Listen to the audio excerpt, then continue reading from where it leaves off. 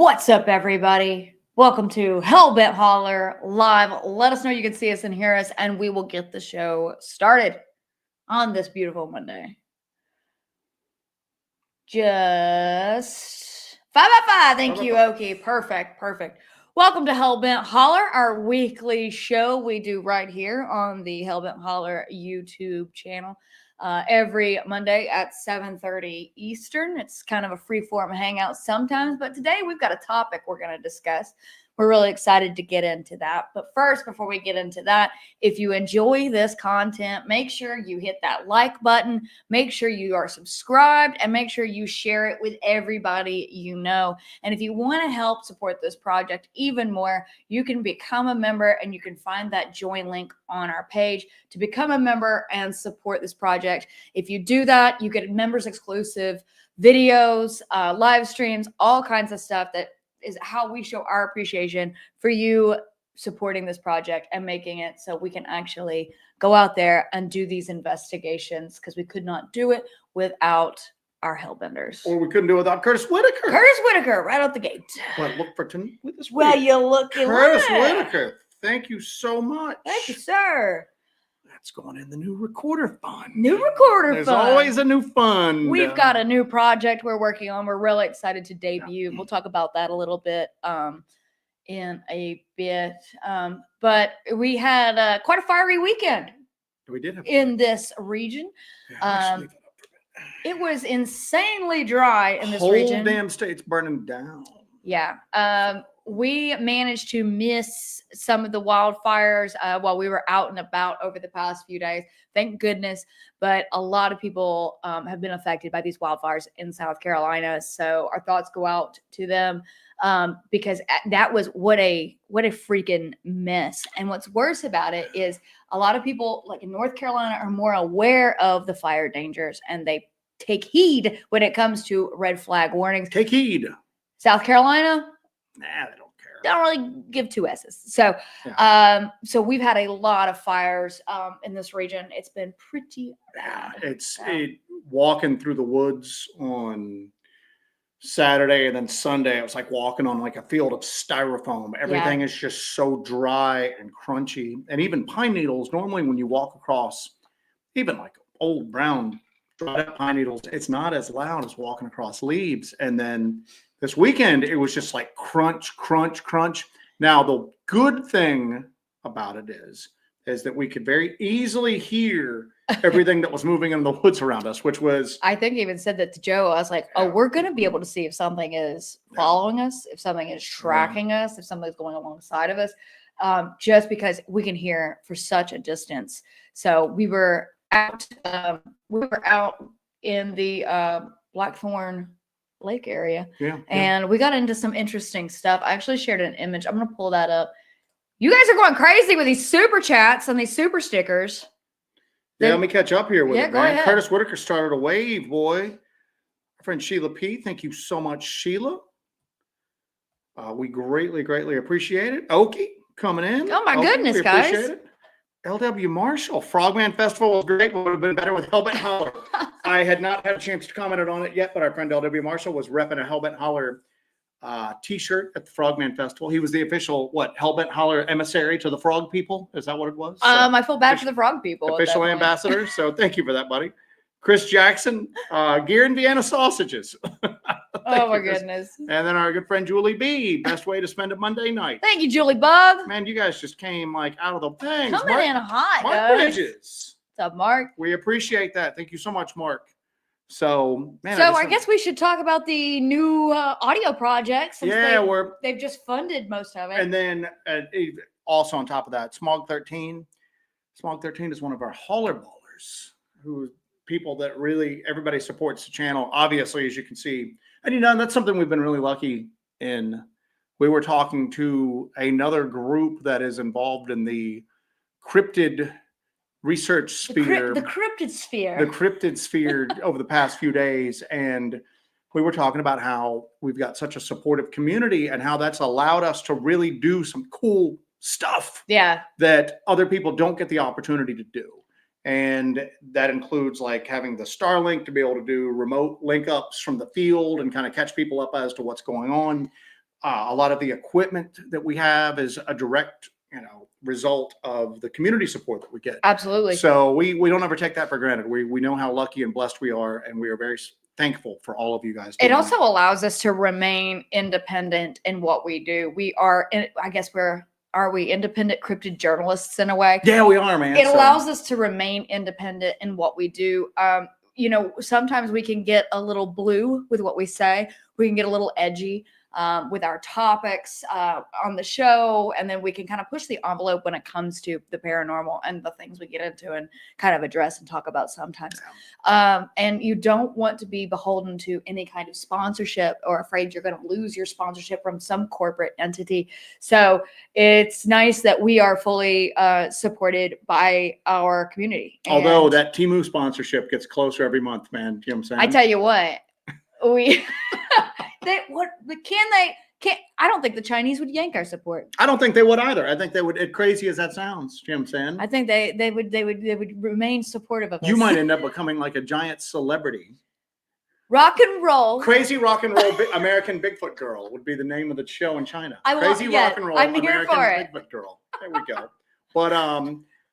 But we have, like I said, we're very appreciative of it. And you guys are just rolling on. Bob Olson, thank you so much. Suji. Hey guys. All right. Lord, I guess, man. Joe, we need to talk about our. And Kathy Smith. Thank you so much, Kathy. What we're doing is we're going to launch we've been able to catch some really good audio evidence over the past few years now at this point. And we really went hard on trying to get the best possible audio. So we run multiple different audio recorders when we're out in the field, like on foot, actually like looking into this stuff. So we've been experimenting around with some stationary audio recorders that we can actually leave up in some of these areas where we experience decent levels of activity and start doing recordings that stretch. We're going to probably do it about 2 months right now. Yeah. I've got one variation that I can literally run for about 30 days, depending on how cold it gets, and do 30 days uninterrupted of recording.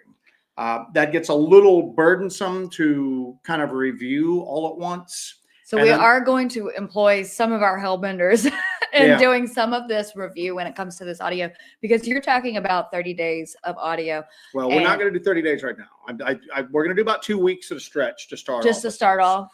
But what we're going to be doing is that we are going to be running multiple long duration audio recorders in areas where we've experienced activity at the past, and really start to try to. But the idea of this is, people do this. Other, especially Bigfoot researchers, do long duration audio recorders or some variation of that.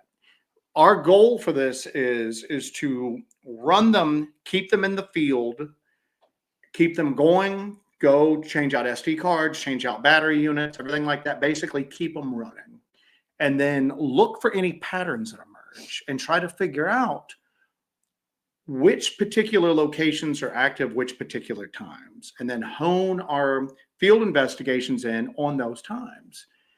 Because we've got several hotspots, and I know that a lot of like researchers, they want to stay in one spot, hell or high water, week after week, month after month, year after year. And there's value in that. There's a lot of value in that tactic. Yeah. So we're too hyper for that. We like bouncing around. And it's served us pretty well. We've been able to get some decent, I think, evidence of high strangeness and the mysteries that kind of exist out in the forest. And it allows us to kind of get some distance when it comes to these areas, kind of reset and revisit some areas, and it seems like there's such a variety of phenomenon in all these different places that we can kind of touch on these different areas and what they have to offer. But the goal will be to start trying to get some hard data, and then also to compare and contrast anything unusual that we get area to area. Are we picking up similar vocals that are unknown in different locations? Do different locations have their own unique mysterious audio phenomenon going on? I mean, we've heard very similar cries in certain areas, because it like location A sounds very similar to location B, and then location C has really weird howls, moans, calls that don't really match up with any of the other locations. Yeah. But again, we spend a lot of time in the woods, but even then we got to come out.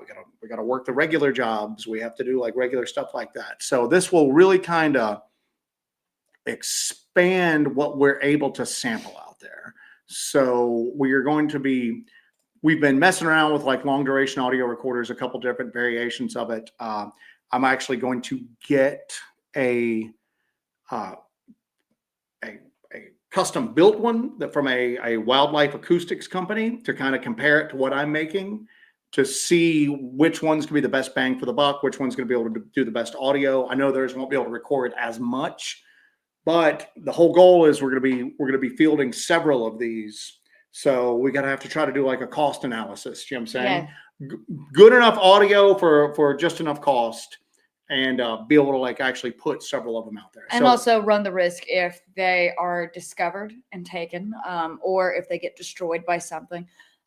We need to be able to take that kind of hit on that too. So you have to kind of balance those factors when it comes to even the cheap ones. I'm always just like, let me hide it a little bit better here. You did a great job. We placed a long duration recorder not too long ago. We were doing some tests, and he did a great job. He's like Joe is over 6. Joe always does a good job, but Joe is over 6 feet tall, and he's climbing like into a bush. And I was like, "Do you want me to place it in there?" He goes, "No, I got it. He's climbing inside this bush to place this recorder, but it didn't have a bit of water on it, even though there were torrential downpours on that particular recorder. I know what I'm doing anyway. You know how to hide something in the bush. You know what you're doing.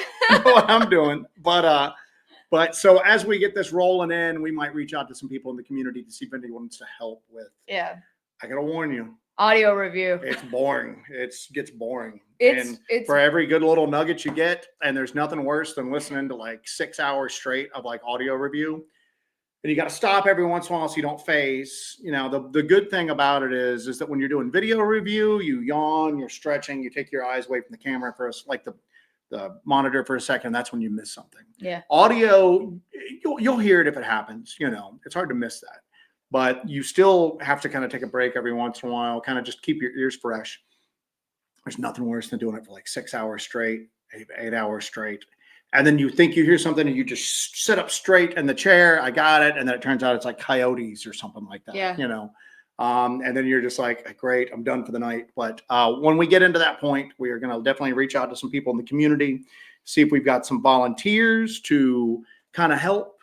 And then ideally what we'll be doing is we'll be giving the same clip to, I would prefer 3 people, have 3 different sets of ears, listen to the same clip if we're lucky enough to and have see if we can pull out those things. Yeah, you know, because, you know, sometimes people catch things that others don't. So, but anyway. So a lot of people are saying that they are getting ads. Yep, YouTube is rolling out some stuff. YouTube is rolling out. We've been getting stuff from YouTube constantly, just basically just going, what was the last message? Do you know what I'm saying? Just be aware of what's coming. Yeah. You can do this if you want to, but it's not going to matter because we're still going to basically put ads wherever we want. And they're going to basically kill the manual edition of ad roll. It used to be we could kind of choose where the ads went to. And we never had ads on these live streams, really. Yeah. But now those are going to, I guess, happen. I don't know. So I have no control over that. I'm not, you know, relinquishing the cat litter and tampon ads. It's not me. It's it's unfortunately I don't have a tampon cat litter button that I'm, you know, sending these out into the wild on. Well, you know, the weird thing about it is you always have to keep in mind that there's no competition to this sort of stuff. You know what I'm saying? The other platforms can't compete, so they can pretty much do whatever the heck they want to do at this point. Trust me, because we got a message just basically saying that, you know, hey, you can still put some ads wherever you want to. We're going to basically put other ads on top of that wherever we want to. Yeah, they're going to basically override. So there's been a lot of discussion on how to minimize that. And we think we might have a couple of tricks to kind of minimize that, to minimize the ads that are being Never let played. them see your cards. Because what's crazy is that we're monetized, but we have like the lowest possible number of ads like selected. And sometimes they just don't care. I try to not interrupt our viewers experience because Yeah. when I create these videos, I want them to be enjoyed in full. I do want to say congratulations and thank you to Carino Phillips for joining up with the Hellbenders. We appreciate you, my man, for joining up on that. That is definitely cool that you did that. Oh, and we had a new holler baller, Candy Touchon. I think I'm pronouncing that right. Touchon? Touchton? I thought it was like French. Touchon. I'm going to say Touchon. So, but Candy, you joined last week, and we did not have a chance to thank you. So we want to thank you for that. But anyway, we are going to get, and like Nutslap said, we do put up members. I'm sorry, chat's moving too damn fast. You are going too fast. Nutslap said we do have ad-free videos up for the members. That is still staying for right now. I don't believe YouTube would go that far. They better not. They would better not. Otherwise, then we're going to have to get creative, super creative. So, but anyway, so when we get this audio project running out, the goal is, again, to try to collect cool audio that we don't recognize, to kind of tap in and see if what we experience is happening when we're not there. I think a lot of times we rile stuff up just by being there and going around in the woods at night. We constantly get those things going. Would you like to?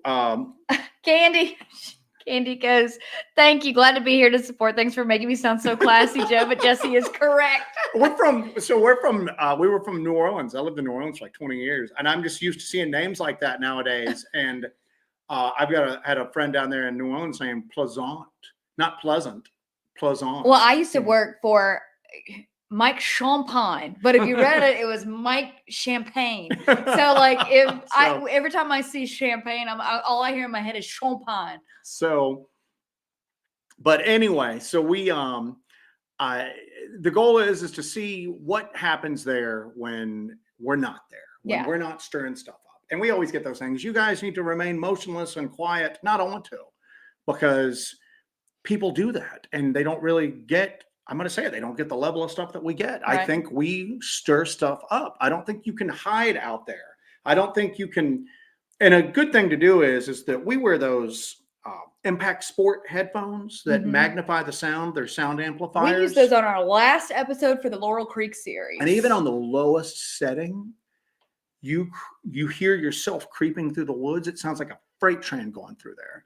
And obviously, whatever is out there has very finely honed senses. So you ain't hiding out there. So the best thing to do is to piss something off or make something curious and try to draw it in, or maybe make it want to just show itself off a little bit. I just don't think that I hear people going, oh, you need to do this, this, and this. And I just think if it was as simple as just sitting in the woods being quiet, we'd have a lot better evidence. The whole community would have a lot better evidence than what we do. Yeah. So we're going to do that. So we want to see if when we're not there and we're not moving through the woods and we're not present, if some of these similar sounds occur. Because you guys have heard some of the stuff that we've caught. We got what we call the that scream at Dogman Lake. That was probably one of the most guttural, bestial. Remember the heartbeat noise we got above us that we thought was a helicopter at first? Oh, yeah. And then it wasn't a helicopter. It sounded like a beating heart above our heads. Yeah. That was not like Bigfoot or Dogman that related. Was bizarre. That was high strangeness. We also got several instances. I'm gonna call that really freaking high strangeness. Really freaking high. Yeah. We also got there were several occasions where we recorded things around the offering tree with our drop recorders. One thing of which was on one of our videos. Some of the stuff we've never released because it's just too damn weird to release. We have audio, and we played it. I think on our phone, didn't we? At the Second Tennessee Wildman for people that were in the lobby. Yeah. And everybody's going, you need to put that. I'm just going, it's too weird. What do we, I know that sounds like such a tease. We'll probably put it out eventually. We don't know if we didn't know at the time if it was an artifact of any of our sound editing equipment because it's so bizarre, but we've never been able to replicate it. Yeah. It's weird, man. It's weird. Yeah. We'll see about trying to get that out. I think we played it one time, I think in a members live. We played it and it freaked everybody out because it sounds like three separate entities having a conversation. An older male, a female, and then a child. And a child, and it just sounds, I don't know. Pokey DTB, thank you so much for that. Some hand warmers until it gets warmer out. All those fires have got it real warm, man. And Yeah, really. the fires are so bad down here. We were up to 164 last I read. And then they're going, well, there's rain coming in on Wednesday. And we're all going, cool, there's rain coming in on Wednesday. But the rain coming in on Wednesday is going to be like high winds, tornadoes, everything like that. So you can't win for losing. So you missed this right after you were talking about Candy Touchon. City boy confirmed. City boy. Yeah.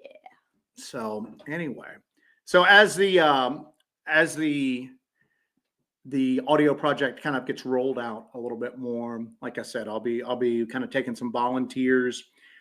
And again, I'm going to have multiple people in each audio clip, and that's to also more ears on one clip. One person might catch something that somebody else misses. The other thing too is that I know how tedious and time consuming it is more than anybody else out there. And so some people might just have more time some weeks than others to devote to it. Yeah. So, but we are going to look for some volunteers for it to try to see what we can try to get done. ADP says, I hate knowing there's weirder stuff we won't get shown. LOL FOMO. No, that's not even some stuff will eventually maybe roll it out. Some of the stuff we look at, like for the last video that no, it wasn't the last. It was the one before this, the last Laurel Creek video we did. We almost didn't release when Jesse saw that shape and got all like frantic over it. You know what I'm saying? We almost didn't release that because we didn't catch the shape on camera. And she looked like a crazy person. Unlike now, right? Yeah, you don't think a man with glasses is not perfectly sane, do you? But so we almost didn't put that in there. But then when we when it came time to present that thermal, I felt, and Jesse agreed, that it was kind of something that supported the thermal footage that we got later on. That Jesse saw a large upright figure running into the woods, and then later on we got what appeared to be a large upright figure on thermal. So we decided to include it. Some stuff we just look at and we go, it's so weird that you know, how do we present this? Like, I don't know what it is. The vocals that we caught that night, I was positive at first that I was going we were using an editing program to get basically the insect sounds out. And when you kind of took that away, you were hearing these vocalizations. So I'm going, all right, it's something with the editing sound. So we did multiple recordings and applied the same filters to it and never was able to replicate it. Mm-hmm. So there was something there talking that night. And it wasn't Bigfoot. I don't know what it was. I don't know. But some stuff we just look at and we go, how do we present this? It's so bizarre. You know, it's so weird. And sometimes that's my threshold for it. Like, would I believe this if I heard this or saw this? You know, we ought to do being into this stuff. We ought to have a special episode where we present all the super weird stuff with a big warning and call it the Journey to the Oz Factor. Journey to the Oz Factor. Yeah, because even then, we always talk about the boggle threshold. Mm-hmm. That even people that are into weird stuff, you've got that level that you're okay with up to that level. I'm okay with Bigfoot. Dogman's kind of pushing it. Anything beyond that level, your mind boggles and you just go, no, I'm not dealing with that. We've all got it. I mean, my mind boggled on that, and I'm still to this day. And that's the other thing too, is it sounds so weird. And it's unlike anything else we've ever caught. We're hesitant because if we put it out and then it's something easily debunked that we haven't thought about before, I don't want to come across like we're trying to push something that could be debunked as like legit, like anomalous, like activity, you know? So we're trying our damnedest to like kind of, and matter of fact, I think we should revisit that. I think so, kind of stepped away from it for a while. But try to revisit it and see if we can't debunk it, maybe put it out there and maybe somebody else can debunk it. Yeah. You know, I think that would be cool. So get the community involved. I'm going to go through some of these chats. Maybe we won't get to our topic today. We're going to try to get to our topic today. If we don't, that's okay. You know, we turn on a dime around here. That's fine. But I'm going to do some of these little chats because we got a couple of things in here. Born Not to Run said, I did see somebody with a Hellbent Holler shirt at Frogman. That was our boy, LW Marshall, sporting the Hellbent Holler tee. Sue G said, "Can't wait to see my new blue Hellbent Holler tees." I'm gonna show you guys this real quick. This is shill o'clock for me right now, just because I saw this. So we do have a limited edition T-shirt in the shop. It's the Midnight in the Holler Deer Skull T-shirt. So we do have that, and that's gonna be limited edition. I'm gonna take that down in a little bit. But one funny thing I have that I had to show you guys was this. We discussed this. Jesse's Scatboot Bigfoot Researcher of the Year. Notice the handsome boot. One of these days, we're going to take your boot and we're going to send it off to the lab, and we're going to go to the lab, to the poop lab. Now you see that poop right there. That's going to change it all. So Bigfoot Researcher of the Year. And we're going to send it off, and it's going to come back, and we're going to go, did you have any like unknown DNA on it? And they're going to be like 20 different types. You know what I'm saying? We've never seen the like before. What did you step in? What did you step in? Oh, I don't even know where to begin. So Mark Bridges had made a couple comments here. To make a Bigfoot come to you, play Dogman calls. And then if you play different Bigfoot sounds, they come. We are actually looking, we don't really do a lot of call blasting. But we think we should. We've got, we have a targeted idea for call blasting. If you guys remember that live stream we did from on top of that mountain that night, when I was doing the infrasound, I think it was like a Friday night or something like that, didn't we? Or Saturday night? It was freezing. The night we were freezing to death. Is it Saturday night? And the night we were freezing to death on top of that mountain, and we were running the infrasound detector. And I still don't think infrasound is tied into the zapping effect. I think the zapping effect happens, but I think there's something else going on there. But I do think maybe infrasound could be used for communication, like all the rest of the animal kingdom uses it. But we were catching some really weird calls that night that we were able to get on camera, and everybody all around the world that was watching us heard them at the same time we did. But I got some infrasound spikes at the same time, which were strange. They were unusual. I had not seen that before. So what we're thinking about doing is doing some targeted call blasting with some suspected Sasquatch sounds, some of the ones we've captured, some of the ones that other people have captured. See if we get a response. But then see if when that response comes along, if we pick up any infrasound along with it.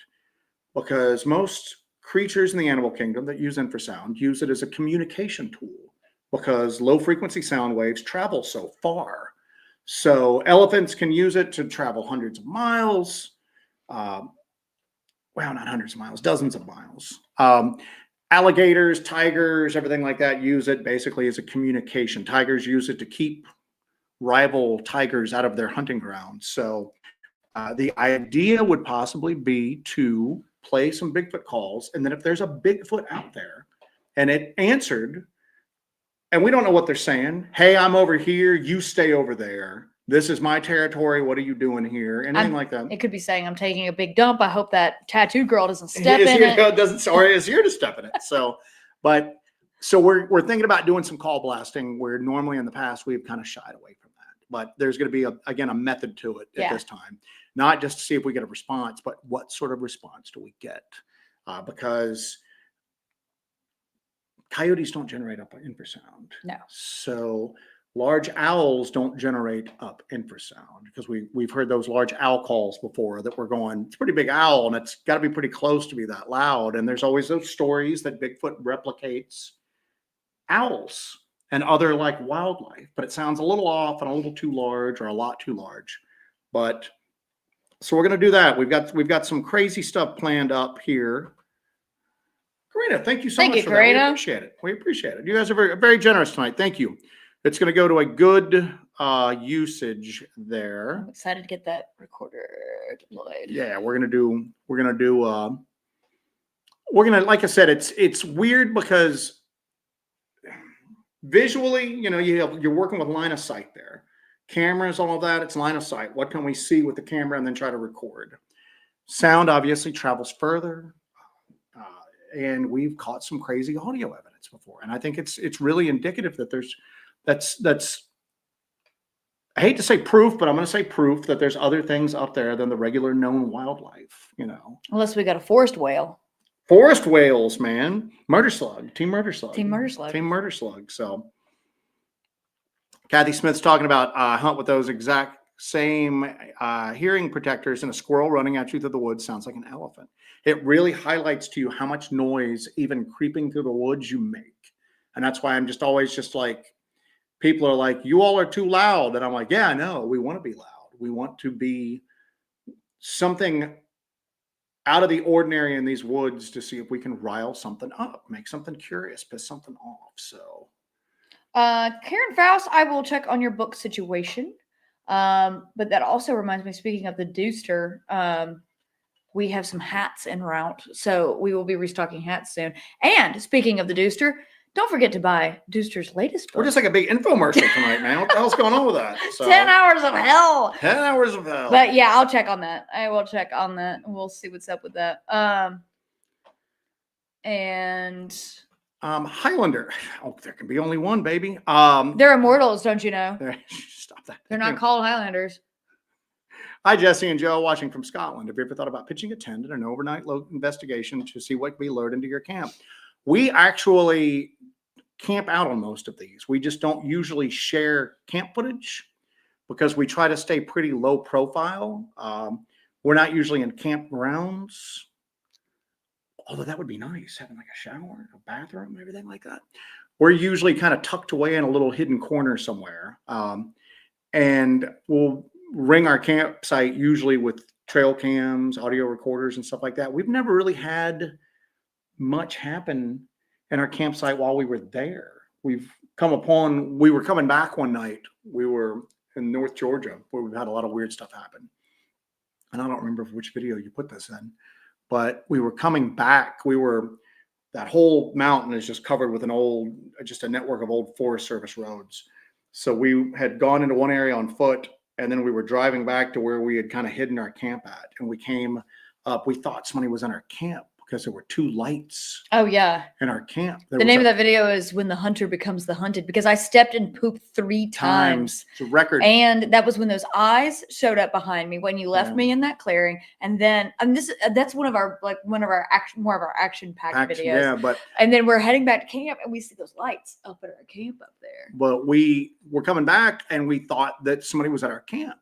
Now we're tucked away, we're kind of as hidden as possible, but there was a smaller light moving around our camp that we thought was somebody's flashlight.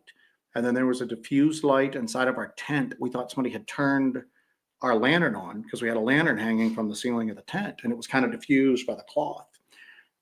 So we pulled up real quick, jumped out of the truck. I drew my pistol and we went up. I told Jesse to turn the camera off. And then I noticed she's like dragging behind a little bit. And I turned around to tell her to make sure she stays behind me. And I realized she's filming. Did you put that in there? Or I was just like, are you running that damn camera? Yes, of course. So, and we got up there and the lights are gone and nothing's disturbed. There's one way up, one way out. And so we've had that happen, but we've never really had anything happen at the campsite while we're gone. We did the same thing with our vehicle. We will put cameras and recorders around our vehicle just to make sure that nothing comes there to mess with it. We've never really had anything on that either. So, Bettina Primer, thank you so much, man. Thank you, Bettina. Thank you. Everybody's doing great generous tonight. Everybody's kicking it tonight. We're going to get this audio thing in there quicker than possible. And especially when there's probably one of those websites you could sell those boots on. Funding for a helicopter. Well, then I think we funded the project. Is there a poop-covered boot fetish site out there? Is that what we're talking about? I'm sure there is, I'm Joe. sure there is. Don't it's ask. the internet. So. Please don't ask. You know who would know? Nutslap. Mark Bridges said, I used USA Bigfoot sounds here in Australia and it worked there to see what was going on. I'm an Australian Bigfoot tracker. Mark, there's a ton of people from down under on the channel. We're big in Australia. We're big in Australia. We're like David Hasselhoff in Germany, but in Australia. And for Bigfoot, not cheesy music. So a lot of bridges there. I know. I kind of fell apart, but that's doing all right. Great. The Australians got it. Bonnie Blue's got a good one here. Do y'all think that Bigfoot might have evolved to have special padding on their soles to move softly like big cats? That's a good question. I don't know. I think that there's something more than just biological adaptation going on how these things, because like that thing that Jesse saw in like Laurel Creek, And I understand some people were like, "Oh, she was overacting." It was terrifying for you to see. Like you had, well, I don't think it was terrifying at the time. You ran after it, but when we're trying to get through there, and I'm looking around, and again, I don't know what all you put in the video, but I'm kind of panning the camera around, going, "How did something move through here that quick and that quiet?" And there's been things that before that we've caught that we've gone, "There's no associated sound. Why are we not hearing anything right now?" If you guys remember that thermal footage that we got of, I always just go, it was a Bigfoot or it was a big naked hillbilly, 7 foot tall naked hillbilly moving with no visible light and silently through the woods at night watching us. There was no sound. And as big as that was, we should have heard it. But then other times you hear stuff. The case of the silent naked hillbilly. And then there's other times you hear stuff that you're just going, it sounds like a freight train busting out towards me. I don't know. It's just, you see patterns evolve with these things, these creatures, and the cases that go along with them. But then there's always these like outliers. You know what I'm saying? That there's enough outliers where you got to take it seriously. But it just seems like, I don't know, maybe, but to me, it just seems like there's something more than just adapting to its environment. Yeah, Cynthia says, I believe Bigfoot in general have special abilities. We need more confirmed intel, though. But what's crazy is that when you're using the scientific method to try to document something that doesn't conform to our understanding of science, that's where everything kind of falls apart at. We can, with the tools we have, the instruments we have, the equipment we have, we can document certain things. And we can document certain patterns, but we're not getting the whole picture here. There's stuff going on. I don't think we're ever going to get the whole picture. Lack of trying, for God's sakes. So, you know, I mean, there's a lot of baffling things that happen when it comes to this phenomenon, namely seeing Bigfoot along with other creatures and entities. That's a perfect segue. And whoa, damn, you're getting good at this. Good Lord, man. You just veered us right onto the topic. I'm impressed. Yeah. Damn. Okay. Now, will you take it? Good God Almighty. Anyway, but yeah, that's the other thing too. And you know what's weird is that was the topic of the show tonight. Is that the things that seem to come along associated with Bigfoot that you would not expect to come along with an undiscovered ape or relic hominid, anything like that. And a lot of it doesn't make sense, man, you know? And I always tell people, because we've experienced some weird stuff out looking for Bigfoot. If you've watched the channel, you know this. And do I think that UFOs are landing and Bigfoot's climbing out? I don't think so. I can't say that's not what's happening, but I don't think so. But there's areas that have like UFO activity that also have a lot of Bigfoot sightings going on. Do I think Bigfoots are responsible for the orbs that people see? I don't think so, but they're occurring in the same area. So I guess where I'm getting to with this is there may be unrelated but equally mysterious phenomena going on in the same area. Yeah. And maybe there's something about that area that draws it in. Maybe there's something about Bigfoot that draws it in. Yeah. Maybe there's something about the orbs that draw in Bigfoot, that they're not directly related. One does not cause the other, but one attracts the other for some reason. So when you talk about these areas, you know, you can talk about, you know, John Keel referred to them as window areas. Jacques Vallée has discussed these window areas, that these might be areas where there is some sort of thinness to the veil there, that there is a possibility that these things can kind of cross over there, that these certain areas, these hot spots, places like the LBO, like Skinwalker Ranch, these places that have high incidence of these reports of flying saucers, orbs, Bigfoot, Dogman, that these things are happening in these areas because they're able to come through into our world from there, possibly from another dimension. Yeah. And well, you know, Timothy Renner, who does Strange Familiars podcast, and you'll sometimes see us wearing Strange Familiars t-shirts on the field investigations. Timothy Renner is somebody who his way of thinking has had a great deal of influence on us, and it's been very. His influence has affected this audio project that you and I are talking about right now. Yeah, and because he always just goes, sometimes the phenomenon will let you hear it, even if it won't let you see it. And so we're going to try to take advantage of that. But he actually wrote an article, I think, for there's a Bigfoot magazine. I don't know if it's a print copy or if it's just an online thing called Wood Knocks is the name of it. Matter of fact, I think there is a print edition to that. But he wrote an article called "The Company They Keep." You know, you shall know them by the company they keep. And these things keep weird company. Okay, even if it's not. Let's just say Bigfoot is a relic hominid. It's keeping some weird company. It's in areas where other weird stuff goes on. And maybe it's just because, like you said, it's a window area. Maybe in some cases, these are areas where there's not a lot of people. And this stuff kind of congregates there to get away from people. It's got to go somewhere. It wants to exist somewhere, but it just doesn't want to exist. So that's like a safe zone in a way. Yeah, well, that's what I'm saying. So, that's always stuck with me is that, and I'm going to try to pull that. Bettina Primer asked, have you found hair in or around the tree bending? We found hair before, but not specifically in an area where we have found these tree bends. Now, some of these tree bends are natural. You can tell what is natural and what appears to be supernatural, as I said in the video that I released last. But, some of it, you can tell that these ends of these trees were kind of pinned under, but we've not found any hair in those areas. We need to be a little more thorough, I guess, when we're kind of digging around in there, because maybe something could be soft off, something could fall off in terms of hair. Or we generally, when we're following an abnormal game trail, when we're following a game trail that we don't find deer prints on, but you have these game trails sometimes that just look like big old feet have been stamping back and forth going on that. And if there's like low-hanging branches or whatnot, we'll look for hair there, because if something's kind of bending down, maybe the branch is scraping its back, we'll catch hair. And we've actually found hairs like that. Yeah. And in a glade that was mostly just mountain laurels, that something was deadening up back in there. And we found some hairs. We've still got those hairs like stored back.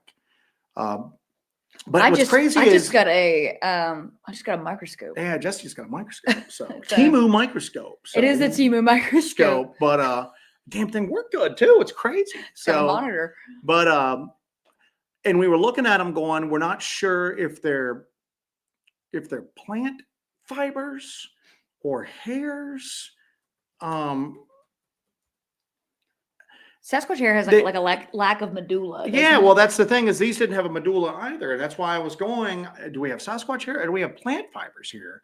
They don't look like any plant fibers I've ever seen. But you got them off a plant, you got them off a tree. We only find them in that one particular area. But yeah, and that's generally what we'll do, is that if it's on the ground, the chances of seeing it are next to impossible, unless you just happen to be standing there and look down and notice maybe a clump of hair. Which we found on a creek. We found Riverside down in an area. Where was that area? That was down with that couple. That was near there, that couple. And the dogs. Yeah, well, it was the two couples with the dogs. One couple got in touch with us. Yeah. There was two couples that had taken. We still have that clump. Yeah, there were some people that went out and they had some dogs with them. They were letting off fireworks. And it drew something in, and the dogs got away. And the dogs ran after what it was. And then they heard like a big commotion, and then the dogs were never seen again. But we found a big clump of hair there. Yeah. So anyway. Minerva Roca. You guys are being amazing tonight. Thank you guys so much. Thank you so much for that. Minerva Roca, you are quite dopa. And then Rick Skinner for an extra strength boot cleaning kit. That would have to be fire. Rick, we have to burn those boots. I used a disposable chopstick the other day to clean my boots. I was looking for her because I was getting the vehicle packed Friday night to get out on the road to go to where we were investigating at, and I couldn't find her, and I walked out back, and she is on the driveway in her socks with a wooden chopstick, scraping her boot out. And I'm going, I guess your boot's got. She goes, I think it's mud. And I'm going, it's not mud, Jesse. We both know that. So it's not mud. Our friend Cryptid Castleberry, there's a whole lot of overlap. Even Gettysburg has cryptid and UFO stuff going on. Hey, Gettysburg does. And then Stan Gordon up near Chestnut Ridge, he was kind of the pioneer on kind of tying a lot of Bigfoot sightings in with a lot of UFO type stuff. Yeah. And I always go on, I sound like a broken freaking record about it, but I think that a lot of Class B stuff, Class B sightings, things that people report that are unusual in the woods, but they don't directly have a visual of Bigfoot. They see a Bigfoot. A lot of the weird smells and rocks being thrown and screams and howls and all this other stuff, I don't necessarily think all of that's Bigfoot. I think sometimes some of that is something else going on out there. Even if Bigfoot's in that area, I don't think all of that is tied into Bigfoot. Yeah. Because if you look at a lot of the stone throwing thing, especially, there was, if you look at your European fae folklore, you would hear them talk about people being elf shot, hit with rocks by elves, because elves and the fae were famous rock throwers as well. And they would knock you clean off your horse, kill you. Sometimes the shot had kind of like more mystical qualities. Sometimes it was just plain old rocks that were thrown with exceptional strength and exceptional accuracy. So I think a lot of this stuff, I think a lot of times people think, what are Bigfoot hotspots? They might have Bigfoot going on there, but I think there's other stuff happening too. And then it's kind of misattributed to. Or Bigfoot. if you take all of that stuff and Bigfoot is the direct result, it's the direct cause of it, rather, I should say, then you're dealing with something that's just probably weirder than we'll ever be able to wrap our heads around. I was doing some digging around and, kind of looking at the phenomenon of UFO and Sasquatch occurring at the same time. And I discovered around 1973, there was this huge flap, specifically in the South, the deep South, Louisiana and Mississippi, where you have these events where you have UFO sightings one after another. Now in Louisiana, you had the Momo occur in 1973. So you have 1973 was a hot year for UFO and Bigfoot sightings. Like it was like really hot for it. And so you got to think about that. Are certain periods of time, these window times, you can have window areas, but do you have window eras as well? And you might, and then the other flip side of that is that it's going on all the time. It's just people are noticing it more. It's just happenstance that people are noticing it more. I always, and it's bad because I don't pay as much attention to like Bigfoot sighting maps as a lot of people do, because I think that the number of sightings is such a small number of reported sightings. Yeah. Is such a small percentage of what's really going on out there that it is statistically just basically very insignificant. I think that there's so much more going out there than we see. And then there's so much more going on out there than is seen and reported. And then there's so much more going out there that is seen and reported, and that report makes it in front of the public's eyes at that point. So that's the thing, is that are there flaps? I think there are flaps. I think there's different times of the year. And I think that sometimes I think the activity is always there, but I think there's a rise and a fall. There's an ebb and a flow to it, where sometimes it's more active in certain ways, and then other times. And, there's all sorts of things. There might be an astrological event. There might be we've noticed that there's particular times of the year that the real weird stuff happens. Yeah. And it lines up with the same thing that your ancestors said, as far as like weird times of the year. Equinoxes, the solstice, Although on equinox, we tend to try to induce activity. We do try to induce activity. The equinox time, like equinox is when we try to really induce activity, because we've experienced heightened activity during these kind of turning times, these transitional times. And you and I take that opportunity to kind of go out there, and we've used the beacon on equinox before and had some very interesting things happen. We had a camera get turned off with no explanation. We had a camera facing the beacon, and it moved a little bit when it turned off. And that's in the video called Equinox, right? Yeah.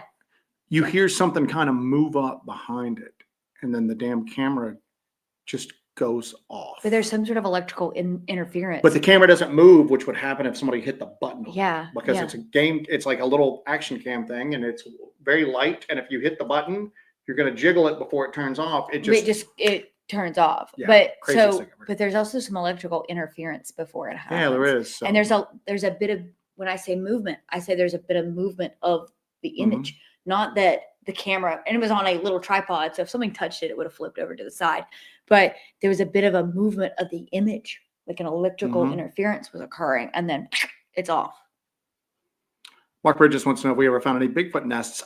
We don't know if they're Bigfoot nests. We found a weird nest in the LBL. That was actually after the Dogman conference. Yeah, and then we found some. We actually went up there from Paris, Tennessee, and we actually went to the LBL and went out and did an investigation after that, and found a very weird thing. We caught a weird thermal image one night in the grove. Yeah. And when we ran towards it, we moved up towards it, we realized it was basically at kind of like a hunting blind. Something had broken branches and wove them in to some standing trees there and had a nice little barricade that it could kind of like see a nearby game trail from. So we found stuff like that. But as far as like something that we just went, that's a Bigfoot nest. I mean, I'd have to see a Bigfoot sleeping in it and then go, that was a Bigfoot nest. And that has not happened as of yet. So when you say nest, I was kind of thinking about this. Are there any other mammals that build this kind of structure, like a nesting structure?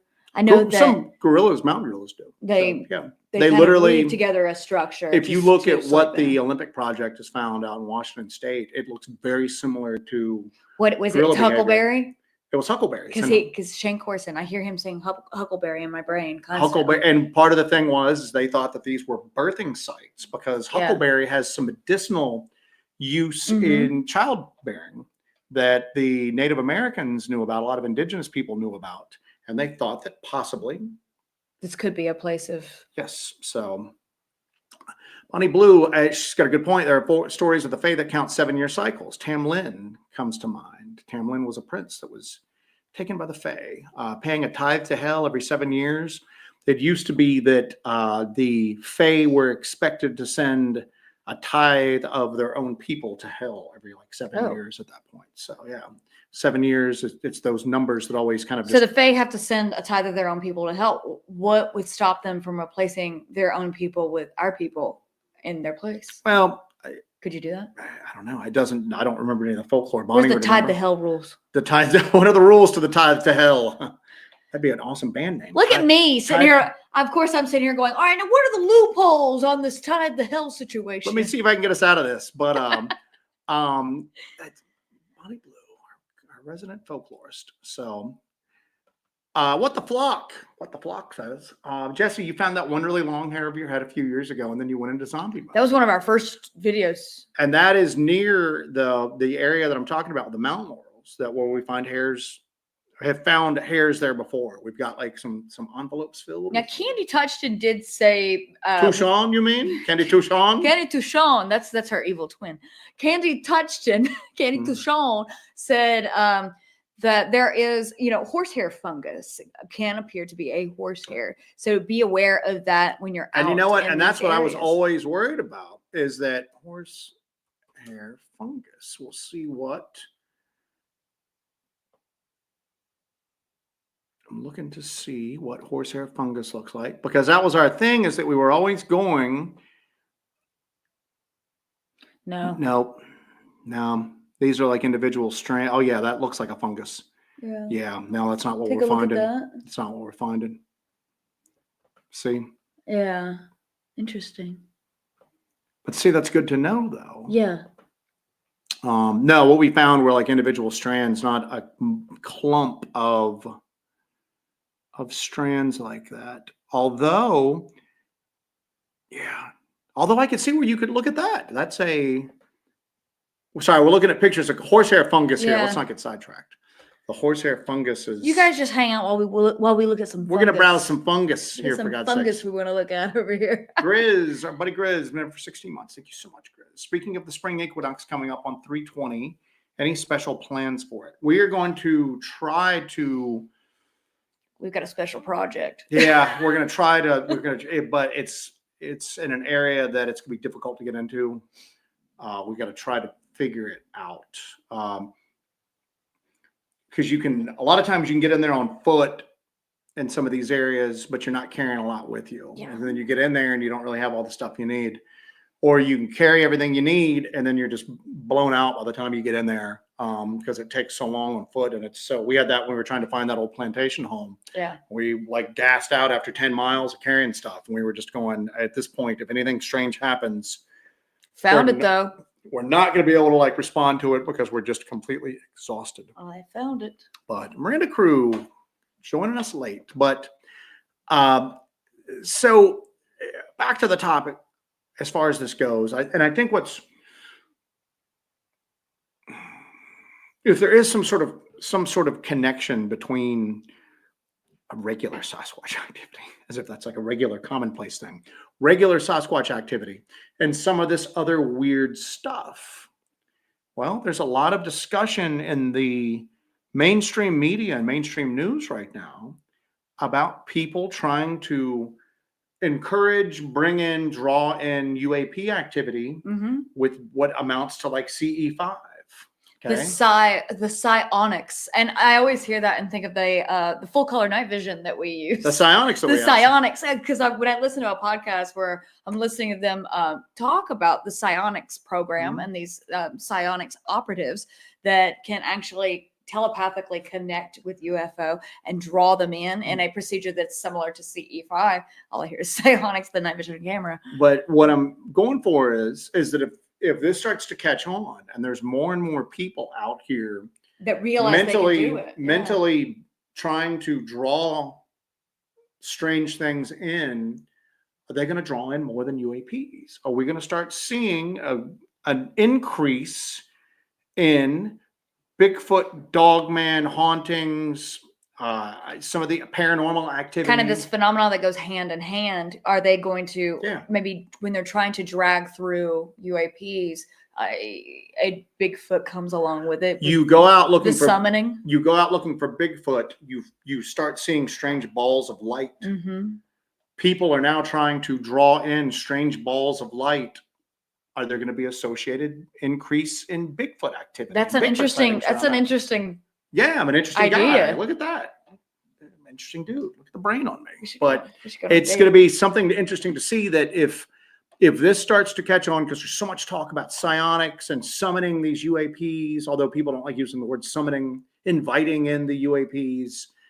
Are you going to invite other stuff along with it? Are people going to start experiencing the hitchhiker effect? Are they going to leave these hilltops and these fields where they're doing these CE5 experiments? And are they going to come home and are they going to start seeing stuff in their backyards, having stuff move in their homes by itself, poltergeist activity, just all of this general weirdness? And this relates to this with what the flock has mentioned here. There could be a connection between the cult activity in the LBL and the times of events with summoning cryptids. We think that's the case in North Georgia. We definitely think that's the case with North Georgia. And all of this tracks along the same line of thinking. Yeah. Our buddy JD Smooth had an out of the, what do you think about Expedition Bigfoot group is finding? We haven't really watched. We have not watched. So I don't know what they're coming across out there. Somebody mentioned once before that they were catching some strange clicking noises, which we've heard before. We've heard the regular, like weird kind of like pops and wood knocks, but we've heard like almost sounded like clicking vocalizations. It's not a deer. It's not a bear popping its jaw. I don't know what it is, but we've heard that and caught it on audio before. So that might be what they're catching right now. I'm not quite sure, but I want to kind of just plant that. I want to plant that little idea in everybody's head that I've always said that regardless of whether you think any of this stuff's connected or not, I think it's all connected on a certain level. Yeah. If only because people becoming more open and accepting of one of these phenomenon has to make them more at least open to the ideas. Some people have got to stand out there going, I thought this was ridiculous, but obviously it's weird. What else is there out there that I thought was ridiculous that is also real at this point? So, and you can even make reference to skinwalkers at the Pentagon, with the hitchhiker effect, that this occurred, that these people are trying to find these UFOs. They were having all of this stuff happen at Skinwalker Ranch, and then it followed them home. you know. And then think about that interview with Lou Elizondo, who was talking about that there are things that go bump in the night, that it's not just about UAPs, it's not just about the NHIs, that there is something else. There's also possibly these physical cryptids on the ground. Well, that's the thing is, and that's what I want to put in everybody's, like a bug in everybody's ear, and let's just keep an eye on. And a lot of times people that, especially UFO people, it's weird. Everybody that's like really super into like one aspect of high strangeness always thinks that the other aspects of high strangeness will like taint them publicly. Yeah. If you're a UFO researcher, you can't talk about Bigfoot because now people won't take me seriously. Hey, UFO researcher, nobody's taking you seriously anyway, as far as the general public goes. Same thing with Bigfoot people. We can't talk about the weird lights because people won't take us seriously. Normal people don't take us seriously anyway, so get freaky with it. Just, you know what I'm saying? But one of the greatest thinkers in any of these fields absolutely believes that there's a connection between a lot of these different phenomena. Jacques Vallée. Oh, yeah. He absolutely believes that there's a connection between all of these. So, but I just want to put that out there, that I want to see that as this talk of psionics kind of keeps traveling, and you've got more and more people starting to get involved in at least the UFO subject. And is that interest, and are those efforts to draw in UFO activity, are they going to draw in other things?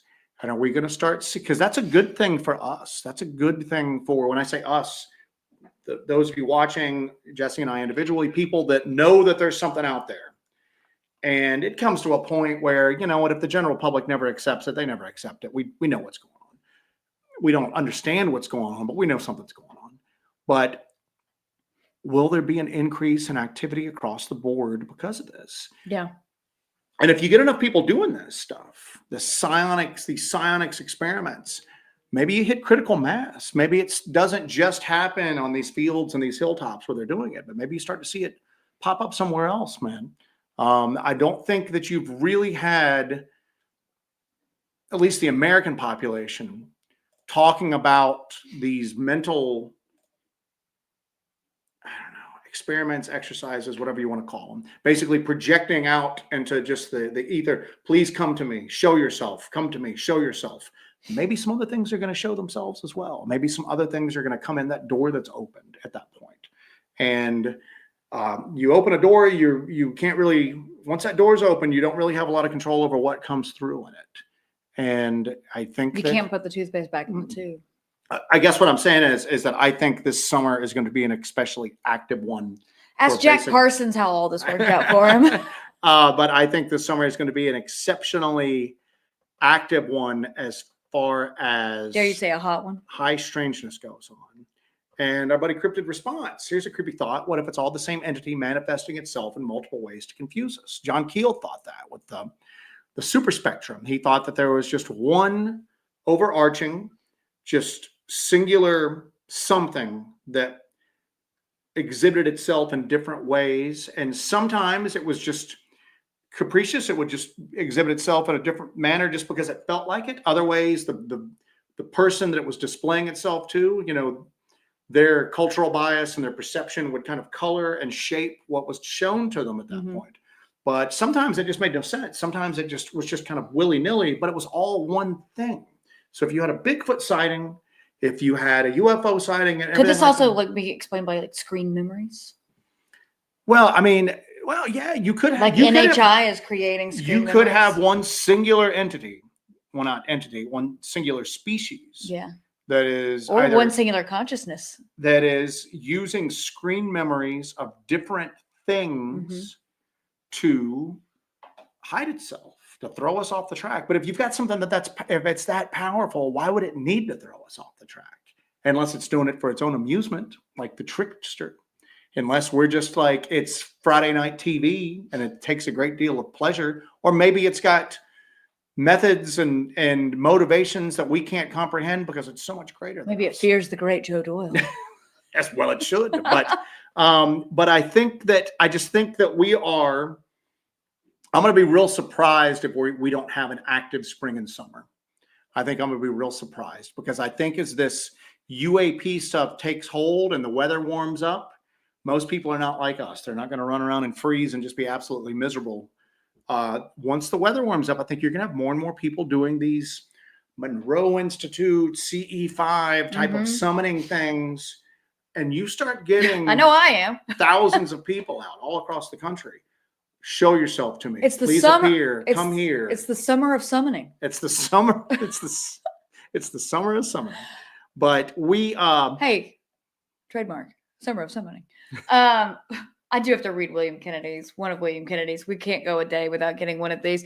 The Black Circle, the Black Flame, secret satanic incantation rituals in remote wooded areas. I'm not 100% positive William Kennedy has not been taken over by a, Grok, the latest AI, Grok 3, has a conspiracy persona that it takes where it talks about UFOs and Sasquatch.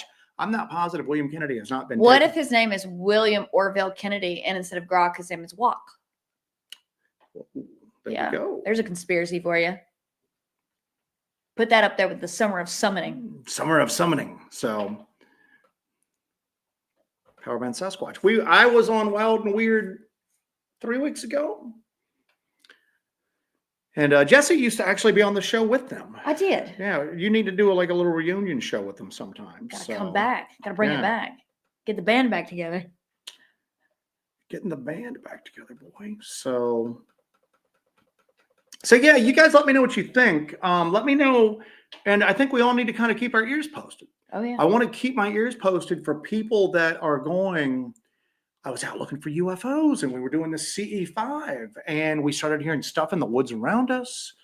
We found footprints next to the car when we got back. We've definitely experienced this crossover in our expeditions and ours. Yeah. And what I want to see is again, having this, if there's anything weird to this stuff at all, and I feel pretty comfortable saying that there is, having thousands of new people out just in the act of going, just and basically praying, summoning, doing whatever they're doing, just out to the cosmos. Show yourself. Come here.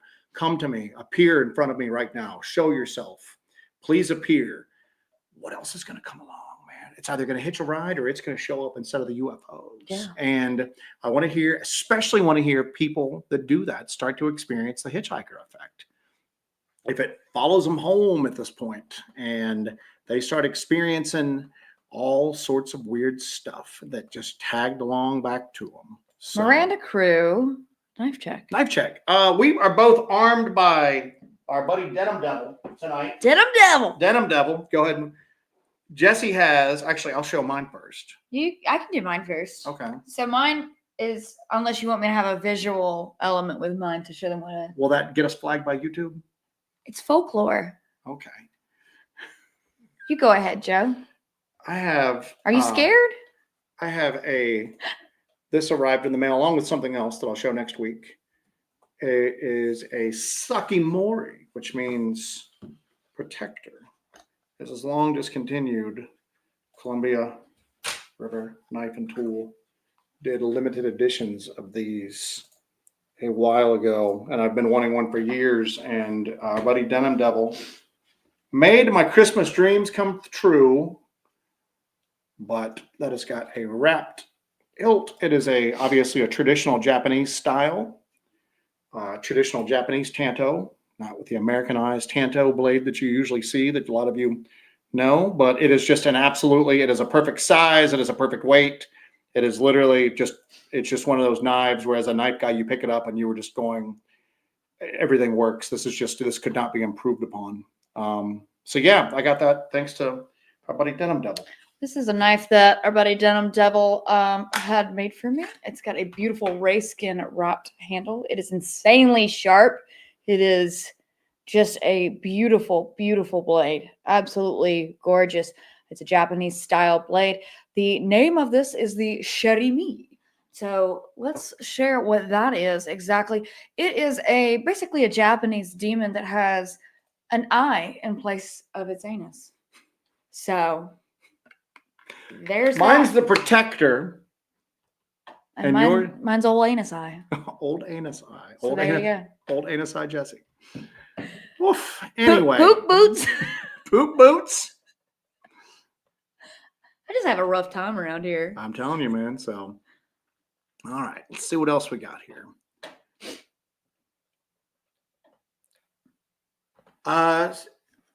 Old Henry, are you expecting any Bigfoot sightings to increase because of fires?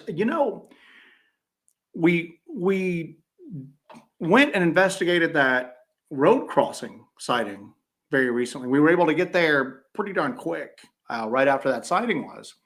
And these two guys saw it on an old forest road, and they came around the corner. It was just there. They looked at it looked at them, and then it shot off. And Jesse was just like, I wonder if it was moving because of the weather. We had a storm system coming up. It's like we can't go 2 months without like a major weather system. Yeah. And now wildfires, which we don't. And then now tornadoes coming Wednesday. But her initial response was, I wonder if it was moving because it knew the storm was coming. Mm-hmm. Because the weather reports in our area didn't call for it to be that bad. It ended up being much worse than what they originally called for in that particular spot. And it's almost like you could make the argument that it knew what was coming and it was going to safer territory. If there are breeding populations and a natural and like a permanent presence of these creatures in the forests, it would have to affect them. And, there was a lot of rumors going around after the Mount St. Helens explosion that they were finding injured and burned Sasquatch, and the government was there to scoop them up. It seems like there's stories that come out like that after every major wildfire on the West Coast, Mm-hmm. And in the Pacific Northwest. Mr. Dog, Joe, you being open to all weird things now. I love your transformation that's happening in real time before us. It's because you have to, you get to the point where you're going, do I want to like follow my preconceived notions and just disregard my own lying eyes at that point? I mean, if you get in and you experience it again and again, like I said, if you continue to do that, then you're basically no better than those who debunk by decree. So we, and again, I'm no Bonnie Blue, but I'm a fair hand at folklore, at least, from this hemisphere. That sounds like a t-shirt. I'm no Bonnie Blue, I'm no Bonnie fair Blue, hand at folklore. but I'm a fair hand at folklore. And I just thought that I didn't put a lot of credence behind a lot of it, but a lot of the stuff we experience, people have been experiencing for thousands of years, and it defined culture, tradition, superstition, and all of that was, basically, and I always like to say that I think that what our ancestors experienced shaped the folklore, and the way they dealt with it shaped superstitions that carry over to this day a lot of times. But you have to get to a point where you just go, it's not logical, but it's real. So therefore, logic ain't all it's cracked up to be. And so, and I get, our thing is always just like, we're going to investigate the irrational as rationally as possible. But sometimes you just got to go, this doesn't make any sense, but it's happening. So I can't explain it, but it's happening. Scientifically, this should not be going on right now, but it is. So you have to kind of roll with it, man. So you have to kind of roll with it. So. I think we've started something here. Joseph Sage says, I know a place called Tower Hill that is out in the state land by a Native American site that is a great observation point. # Summer of Summoning. Well, Summer of Summoning, and then Surviving the Strange. A lot of S's. High Strangeness Summer. So Dogman Summer is what really kicked us off on a lot of stuff. Dogman Summer is a turning point. That was a turning point for Hellbent Holler. Dogman Summer is what took us to the LBL for the first time. Yeah. So I still have a whiteboard. I drew a Dogman on a whiteboard, and I wrote Dogman Summer on it, and it was on our refrigerator at our old house. I still have that whiteboard with that drawing on it. Deborah Stewart, thank you for being a member. 16 months. Thank you, Deborah. Thank you, Deborah. Thank you.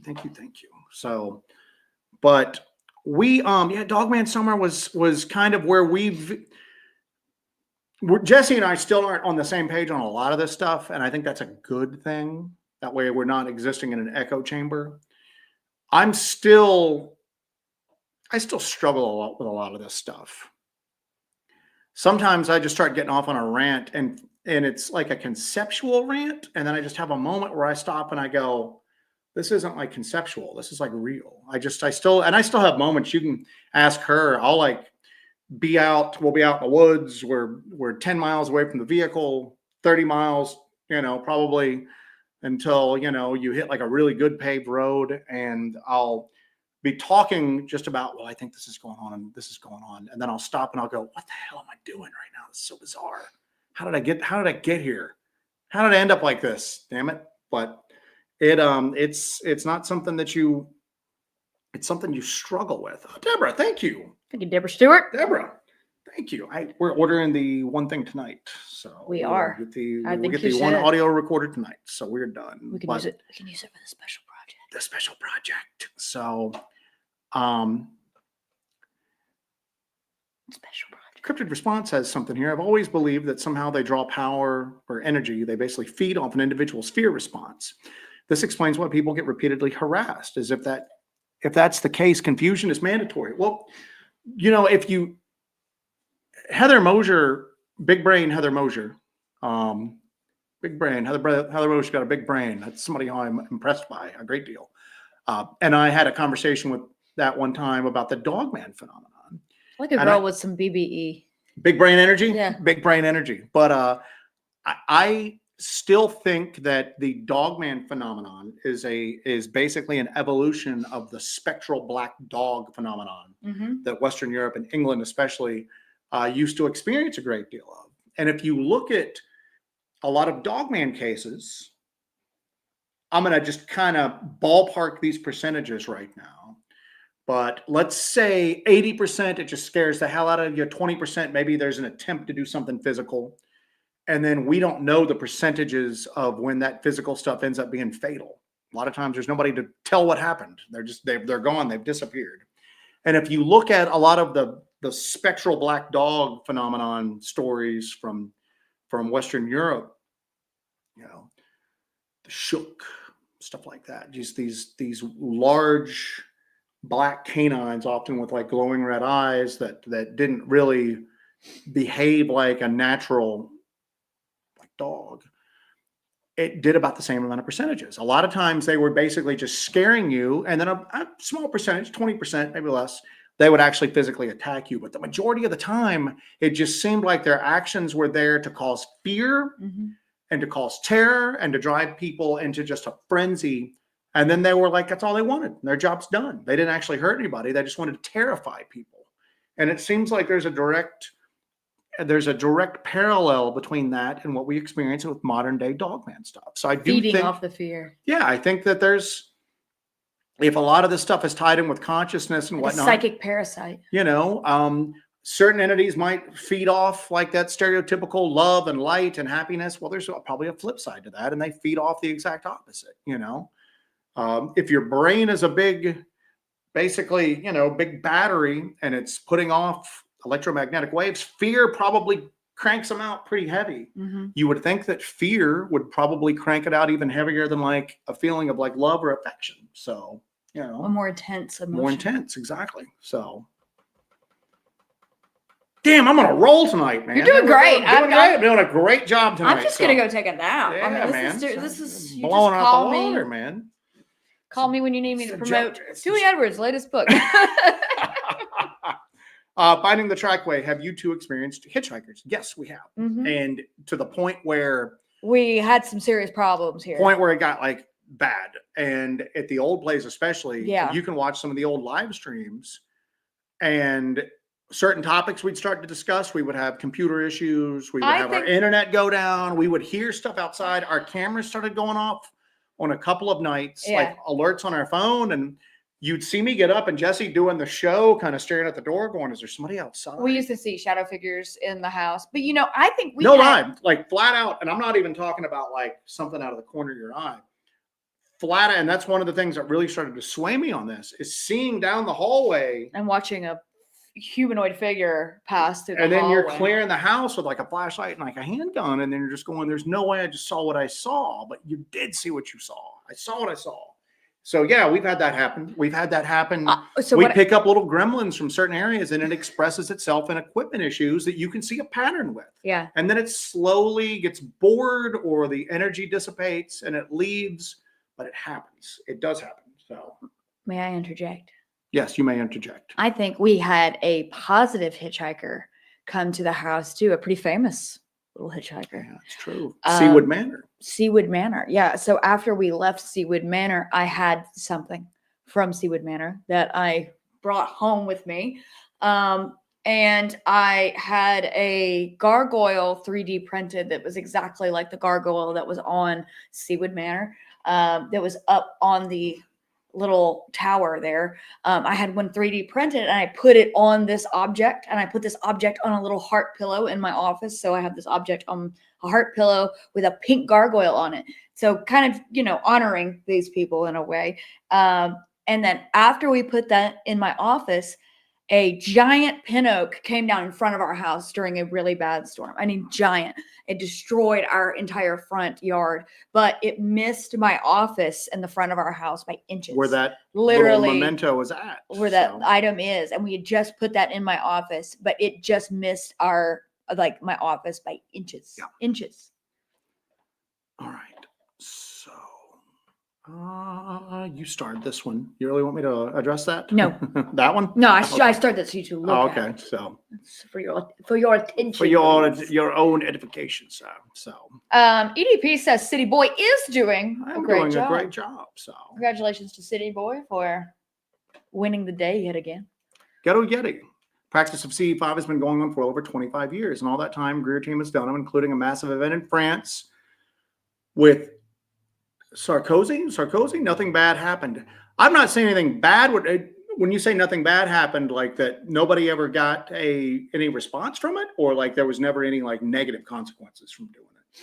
I'm not necessarily saying there's going to be negative consequences, but I'm saying there might result in an uptick in other paranormal cryptid activity. And if you haven't seen it, who is it? Is it Danny Jones? Danny Jones, yeah. Stephen Greer's on. Stephen Greer catches a lot of flack. And some of it may be well-deserved. Some of it might just not be. But I'm kind of trying to steer away from like public whistleblower testimony right now, because I think that there's a lot of, there's a war of misinformation going on, and I don't know who's right and who's wrong. So I'm not paying attention to it. I'm focused on our efforts. But the Stephen Greer interview on Danny Jones was freaking amazing. I'm still not done with it. It was the most, I'm so used to people just prevaricating, dancing around a thing, and Stephen Greer's just answering stuff. Well, this is what's going on. This is what's going on. And I'm just going, it's refreshing. Don't necessarily know if I agree with all of it, but it's just a good interview, man. I don't know. So I've got some stuff, if you can take a pause here. Candy Touchon says, "Oh, poop boot can barely get a word in. That's why his show is just flowing." Poop boot. Oh. City boy in the poop boot. City boy in the poop boot. I would have it no other way, people. The sploot, speaking of poop boot spoot, emotions create a lot of energy. Jessie's emotions get heightened when she's making contact with high strangeness. It does. It's weird. And again, when we did that last Laurel Creek video and she saw that thing, what did you do? You turn and you go, ooh, ooh, ooh. Basically, you make 3 oohs in a row, and then you go running, and then she's like manic after that. There was a moment it's nighttime, and we're doing our investigation at nighttime, and this is us coming back. This is not right after I had the sighting, but the camera's on me, and it freaked me out when I was editing the video because I saw myself do this. The camera's on me, and I do this. I'm like talking, and I'm so manic, and I just go, like I do like a weird twitch on my face. It was bizarre. I left it in there as weird as it was. Somebody was like, a couple people have gone, "Oh, she's just acting." And I'm going, give me the Oscar. Yeah. And I'm just going, well, man, I mean, there's 2 of us alone on foot. Yeah. I don't know what you expect, but you see something like that. You see something giant. I don't know what it was. I didn't see details on it whatsoever. I just saw the shape of it, but it was giant and it was black, super dark. And it moved so fast. We've encountered weird stuff. It was upright. But you're going to probably hear a bunch of like expletives and bleeped out language and screams if we ever have a face-to-face with a Bigfoot. I was cussing up a storm when I saw that. Who out there is not going to have, you're seeing something that even if you talk about it all the time, and the internet is filled with witness encounters of people seeing this stuff going, I knew they were there, but when I saw it, it just didn't seem real. And some people go into shock. Some people shut down. Some people like go crazy. Jesse saw something and had a crazy, and you even go at one point, I don't know if you put it in the video, but you even go, do I look crazy? I look crazy right now, don't I? And I'm going, a little bit. You look a little crazy right now. Because seeing something like that, even if you're prepared for it, even if you know it's there, it shakes you to your core, man. It shakes you to your core. It's just, and that doesn't, we're out there all the time, and that doesn't happen all the time where you see something like that with your own. A lot of times you're catching stuff on thermal, you're catching audio, you see quick little flashes, but Jessie saw this thing and it shook her to her freaking core. Yeah. You know, it's an equal part super excited because that's what we're out there looking for. Fear. And then fear because these things are terrifying and shock large and fast. You know, it's crazy, man. Delaray says, you're doing so well. Some pretty scary stuff. I still want some little lights on Jessie's rear, though. We need to see where she is. We need to come up with the Hellbent Holler tail lights. Well, we have a couple of them, infrared beacons, where you can kind of. How do we the military uses them on their helmets so that way aerial assets can look down. So I'm just gonna have little flashing lights on my butt. I might put a flashing air. I might put it. Actually, that's not a bad idea. I might put a. Matter of fact, I'm going to do it. I already just figured out what I'm going to do. Jessie's going to have an infrared beacon on the back of her backpack, so I will be able to. And it's a good idea. If these creatures, everybody's always like, that's why you don't get them on game cams. So that's where they can see infrared. Jessie's going to basically have. I'm a little worm. You're going to dangle a little dangling worm for these things. I'm going to dangle a little worm on my hook. So. That's going to be it. I'm going to actually rig it up. Like a little worm on a big effing hook. Yeah. So, Crow reference there. Crow, yeah, I'm bringing them out, kid. Cowboy, I commented on the Danny Jones podcast that I was watching. It's a great interview, man. Yeah. And I love Danny Jones. I'm going to tell you right now, and I don't care who anybody gets upset. You can do whatever you want to do. But it changed my uneducated opinion of Stephen Greer a little bit. And I love when that happens. There's been people that, within this field that you and I are like, oh, no, absolutely not. And then we meet them and we're like, F all of y'all, this person is cool as, Yeah, and just going, it's just weird. But then you're going, why did I have such a negative opinion of this person? Yeah, well, you have to kind of assess that. People have said he's a grifter. Okay, well, I don't know that he's a grifter, but people said that he's a grifter. Maybe he is a grifter, but I don't know that he didn't personally grift me. I can't go, Stephen Greer grifted me. A lot of G's there. You just go, well, somebody said he was a great grifter. Googly Moogly, you've been Greer grifted. Is anybody still watching us? Or they just have given up at this point. But anyway, I just think that I had an impression of him as a grifter. Maybe I was supposed to have that impression. Maybe a lot of people were meant to have that impression because they want to discredit him. So what I'm saying is this: I don't know if the guy's real or not. A lot of what he said made sense. That was the real grift the whole time. That was the real grift the whole time. So Cowboy followed that up with, no offense, y'all ain't that good at actors. That was genuine. What the F on both. Now, I didn't see it, but I'm seeing her. And I'm like, kind of, and if you can tell even, you can, and again, I don't know what I got to start watching these videos after you put them out. What the heck? I spent so much time.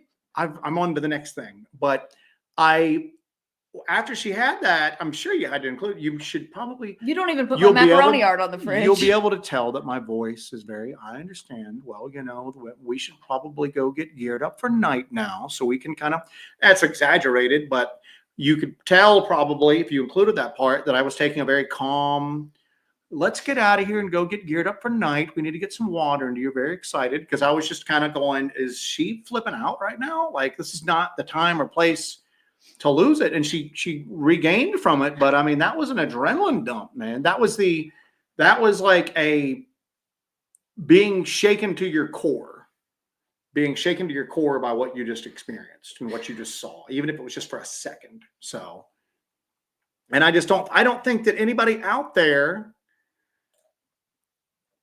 has that many face-to-face experiences that it's like old hat. It's just, that again. People claim it, but if they're having that many, why can't you show us all something? Yeah. Why can't you show us all something? Can't you? I just don't think that it's. And even if you see one, if you see another one a few years later or whatever, I think it's still going to just shock you to your core. I think that's what these things do. You're looking at something that completely just upends your entire concept of what reality is. I mean, I have that happen all the damn time. I'll just stop and I'll go, God, it's real. It's real. Oh no, it's real. Oh no, it's real. Yeah. It's real.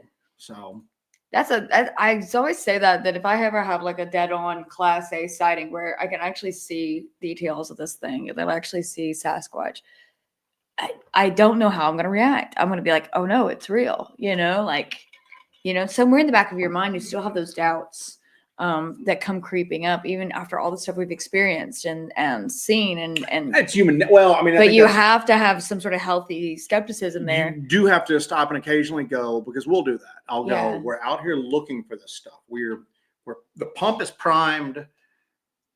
So let's be very selective in let's not start seeing Sasquatch behind every tree. Let's not start thinking that everything out here is Sasquatch.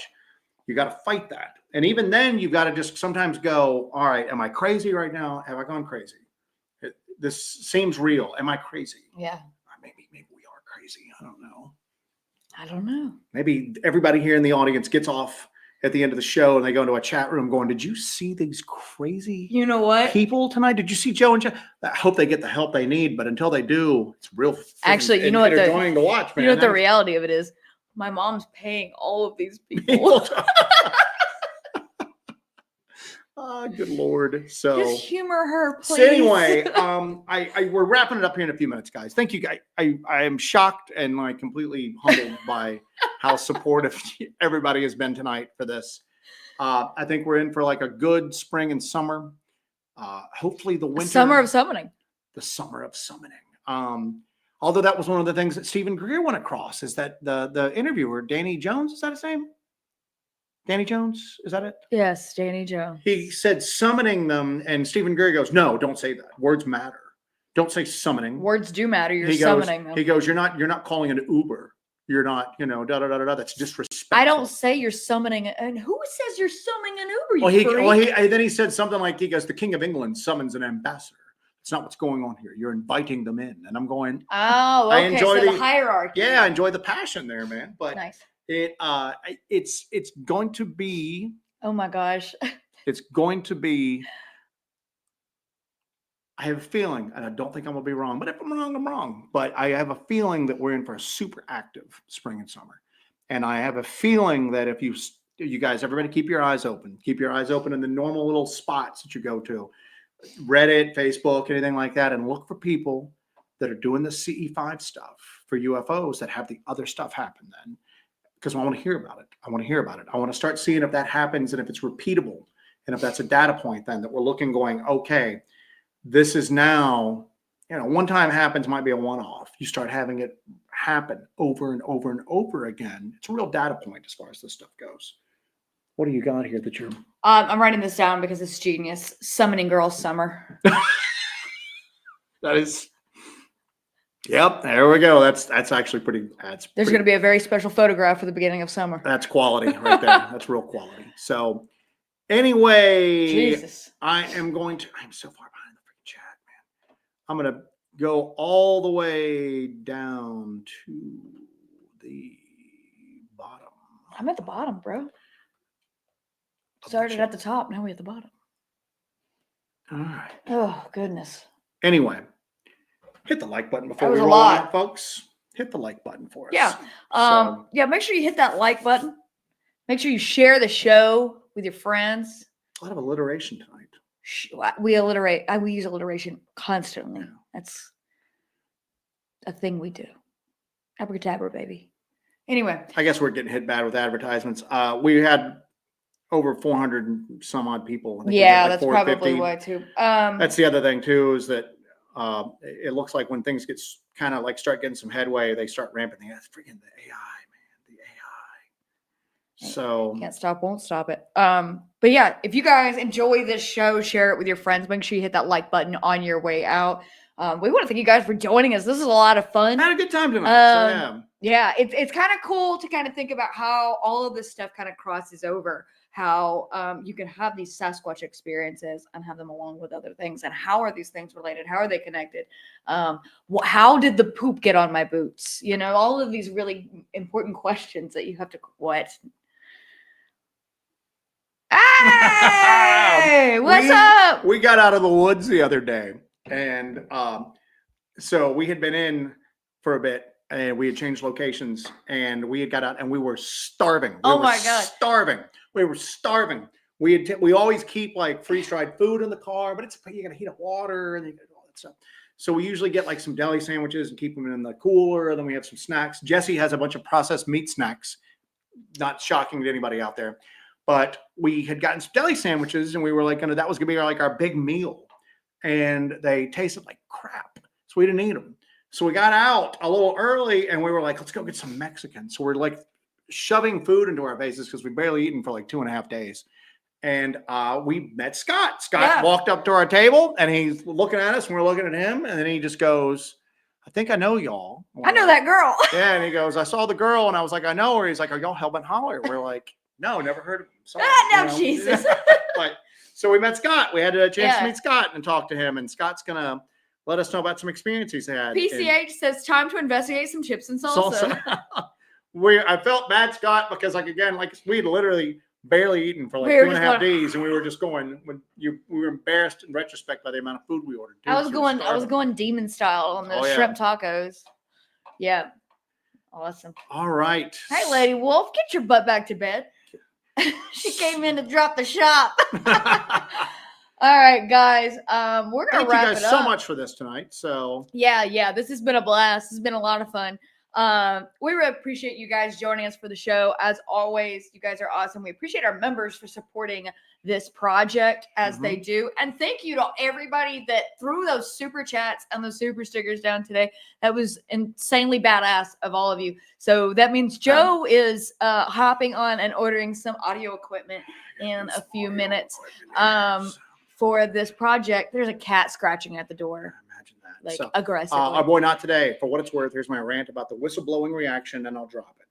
If it's misinformation, it's working because everyone's turning attention back to the supernatural. It's very good. That's why I want to ignoring all reporting on very similar subjects that they need to be paying attention to. Disheartening. Oof. So, all right, guys. All right, guys. Thank you so much for joining us tonight. Make sure you hit that like button on your way out. Share the show with your friends. Keep an eye out. Make sure you're still subscribed. Subscribe if you're not subscribed. All of that good stuff. We love you guys. Make sure you have a great, productive, awesome, safe weekend. Take care of yourselves. Take care of each other. And depending on how the fires go and how this major storm system comes in, I'm hoping we don't get the worst of the tornadoes. Yeah. Because the area is still recovering from the last. Fingers crossed on that one. Fingers crossed on that. But depending on what we have to face midweek, we'll probably go on live for a while this weekend from on location. Yep. So we'll deploy the satellite uplink to get an internet signal from the middle of nowhere, and we'll go live and kind of update you guys on the investigation and maybe do a little stationary type stuff as well. Yeah, that'd be cool. All right, guys. We'll talk to you guys later. Take care of yourselves. Take care of each other. Good night.